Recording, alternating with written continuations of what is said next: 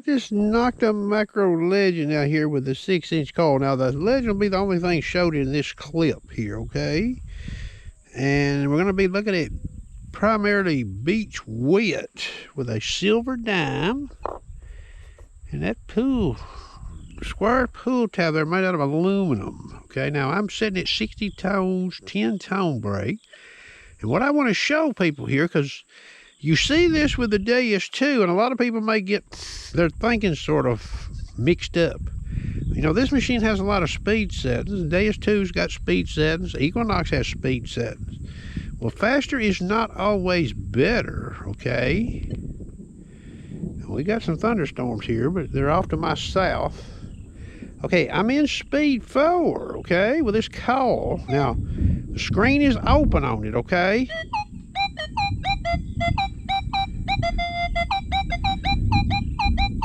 So you get to see that meter 3839. Now that's reading low on that dime by about 8 points, okay? Now, all I'm going to do is I'm going to raise the speed. Let's raise it to 8. See what happens.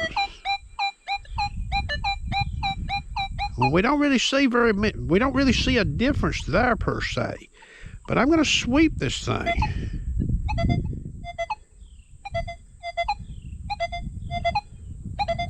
Okay, now I'm going to go back in here and I'm going to reduce the speed to 4. Hear how long that tone is there coming from the left? Okay, so if you were going to run an open screen on this machine and not use any tone break, a slower speed may help you here versus a faster speed, okay? In actual sweeping in the wild. Okay, so now here's what we're going to do next. I'm still in multi-wet, okay? I'm going to go back to speed 4. That's where it's at. Okay, I'm in 60 tones. We're going to go over here to tone break. Now it's at 10. And I'm going to start running this tone break up.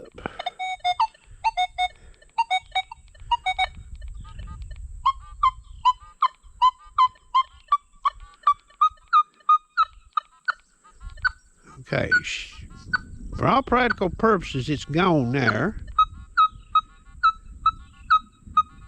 So a 37 tone break, about, I don't know, 3/4 inch above that pool tab. You hear that? Okay, so now what I'm going to do is I'm going to come over here to Park M1, okay? Speed 4, 60 tones.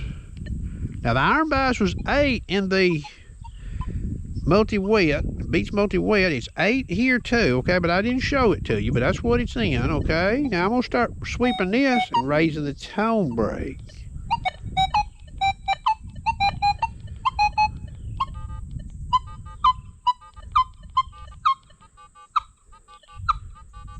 You see what happens? So I can't run this high tone break here and get any audio on that dime. Okay, now I'm just gonna, that's 35 tone break. You get to hear that. That's 35. Now I'm gonna transition over here into beach wet. Whoops. Beach wet, okay. Go up here again and let you hear this. Now that's a 37 tone break. Hear that? Good two-way tone on that signal. So if I can raise it up to 38. We weren't getting that much in the Park Multi-1. See that? Okay, at 40, that's probably pretty equivalent to what we were getting in that Park Multi-1 at 35 tone break. So this is going to allow you to run a higher tone break and you should dig less trash. Now this doesn't mean you won't necessarily miss possible good finds, okay? But for selective digging, okay? So let me turn this camera off here. Now, I tell you what we could do since I've got this camera still running though. I'm going to let this tone break back down to 37. Now we're still in multi-wet. You hear that? Let's go over here just for gee whiz and let's raise the speed on this machine. There's 8. What do we get? Okay, so we get a good sound there. But see, now remember, we're using tone break, okay? We're not looking at the rolling ID on the meter when the screen is open. And Equinox is the same way. You know, you can look at that screen. You can look at a DS2 screen, and, you know, the numbers are shifting because of the higher, lower conductor, you know. And the tone is shifting on the machine as well. But that right there sounds good, don't it? You wouldn't miss that right there. Now, again, that's speed A. What does speed 10 do? Just for gee whiz. A little lower volume, but you can still hear it. Okay, let me turn this camera off. Oh, 6-inch coil still on this Legend here. Now, this is that's a silver dime down there. And you see that 22 long rifle case there spent down there. And I'm going to be sweeping about, I don't know, close to 4 inches above this with this 6-inch coil in beach wet. Now, that dime will read 46 on this machine standing by itself. Speed 4. You see that meter? That's pretty good right there, okay? 25 sensitivity, multi-wet. Now I'm just going to toggle over here to the old Power M1.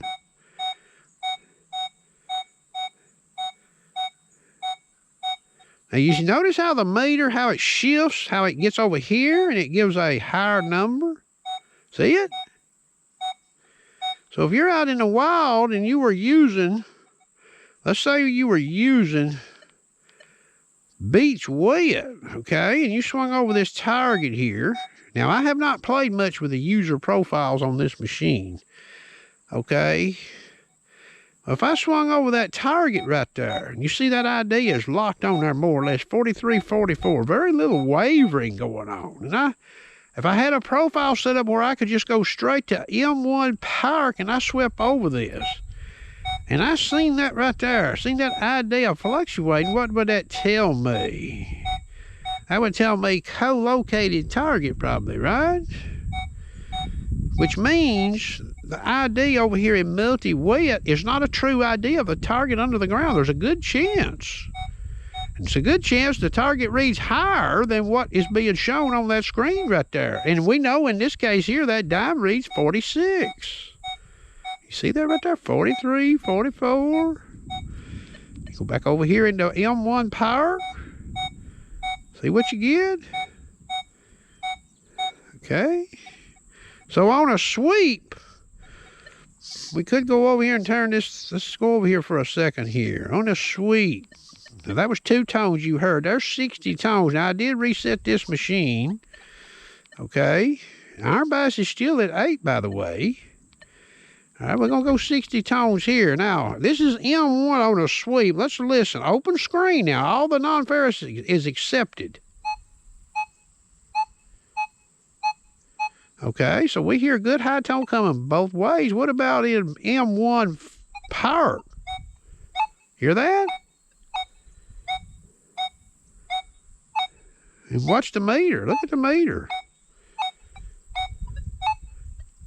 So every now and then I see a 44 pop in there in the actual Power M1, okay? But I also see 32 in that screen a lot. If I go back over here to Beach Wet, every sweep of the call, boys, is 43. For the most part, it's locked on 43. Now, if I hovered, it may come up a point. All right? So in a sweep in the wild, running, accepting all non-ferrous, the Beach Wet on that scenario there is helping a user. You're less likely to miss it. And comparing those two programs, you could actually make a logical guess that there is some co-location going on down there, and it's causing some masking, okay? Which means ID and error of the old Legend. But now this would go for any other machine. But it depends on how it works. You can't take a 14 kilohertz machine running single frequency and do that right there, okay? You can't do it. It just won't work, okay? So I hope you enjoyed that.